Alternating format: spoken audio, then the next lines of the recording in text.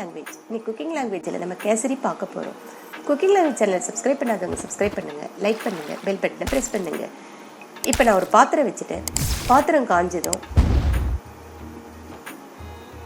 எண்ணெயும் நெய்யும் கலந்து ஒரு 1/2 கப் எடுத்து வச்சுருக்கேன். அதை இப்போ நம்ம பாத்திரத்தில் சேர்த்துக்கலாம். எண்ணெய் 1/4 கப்புனாக்கா நெய் 1/4 கப்பு, ரெண்டுமே ஈக்குவல் குவான்டிட்டியில் எடுத்து வச்சுருக்கேன். அதை இப்போ நம்ம பாத்திரத்தில் சேர்த்துக்கலாம். இப்போ எண்ணெய் காஞ்சதும் நான் முந்திரியை 2 உடச்சி எடுத்து வச்சுருக்கேன். அதை இதில் சேர்த்து நம்ம நல்லா வறுத்து எடுத்துக்கலாம். உங்களுக்கு எவ்வளோ முந்திரி பருப்பு தேவைப்படுமோ அந்த அளவுக்கு நீங்கள் சேர்த்துக்கோங்க. முந்திரி தீஞ்சிடக்கூடாது. முந்திரியினுடைய கலர் ஓரளவு சேஞ்ச் ஆகிற வரைக்கும் இதை வறுத்து நம்ம எடுத்துக்கலாம். இப்போ முந்திரியினுடைய கலர் நல்லா சேஞ்ச் ஆகி வந்திருக்கு. இப்போ நம்ம அதை எண்ணெயிலேருந்து எடுத்து ஒரு வேறு பாத்திரத்துக்கு மாற்றிக்கலாம்.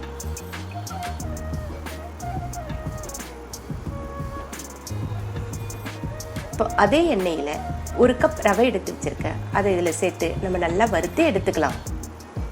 ரவை நல்லா வறுபட்டு வரணும், அதனால நல்லா கேஸை சிம்மில் வச்சு வறுத்து எடுத்துக்கோங்க. இப்போ ரவை நல்லா வறுபட்டு வந்திருக்கு. இது ஒரு வேறு பாத்திரத்துக்கு நம்ம மாற்றிக்கலாம். இப்போ ரவை வறுத்த கடாயிலே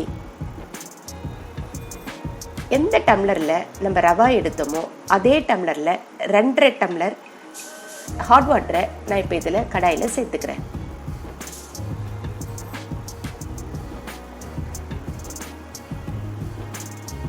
இப்போ தண்ணி கொதிச்சுக்கிட்டு இருக்கட்டும்.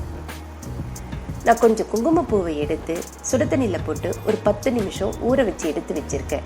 நான் எந்த ஃபுட் கலருமே சேர்க்கலை. குங்குமப்பூவினுடைய கலர் தான் நம்ம கேசரிக்கு வரப்போகுது, அதனால் இதை இப்போ நான் சேர்த்துக்கிறேன்.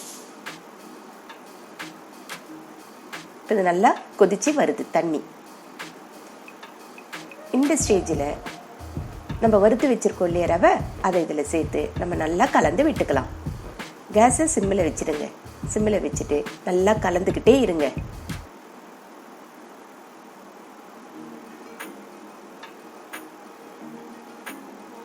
ரவை நல்லா வெந்து வரணும், அது வரைக்கும் இதை கலரிக்கிட்டே இருக்கலாம். இப்போ ரவை நல்லா வெந்துட்டு தண்ணி இல்லாமல் இருக்குது.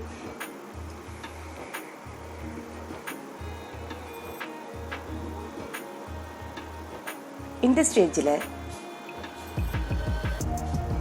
நம்ம வறுத்து வச்சிருக்க முந்திரி பருப்பை இதில் சேர்த்துக்கலாம்.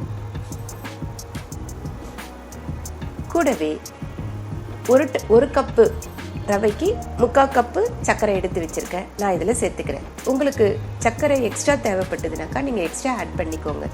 சர்க்கரை நல்லா கரையிற வரைக்கும் இதை கலந்துக்கிட்டே இருக்கலாம். சர்க்கரை போட்ட உடனே கொஞ்சம் ரவை இலகி வருது.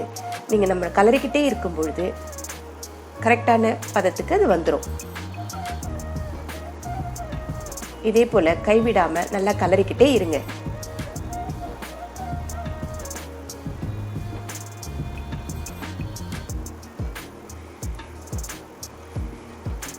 இப்போ நல்லா ரவையும் சர்க்கரையும் மிக்ஸ் ஆகி நல்லா வெந்து வந்திருக்குது.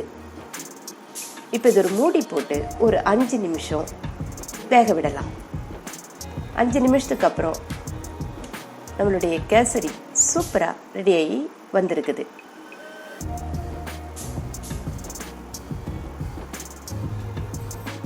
நல்லா கெட்டியும் இல்லாமல் தண்ணியாகவும் இல்லாமல் கரெக்டான ஸ்டேஜில் நம்மளுடைய கேசரி ரெடியாகி வந்திருக்குது. நீங்களும் ட்ரை பண்ணி பாருங்கள். இந்த வீடியோ உங்களுக்கு பிடிச்சிருந்ததுனாக்கா லைக் பண்ணுங்கள், ஷேர் பண்ணுங்கள், சப்ஸ்கிரைப் பண்ணுங்கள். உங்களுடைய கமெண்ட்ஸை சொல்லுங்கள்.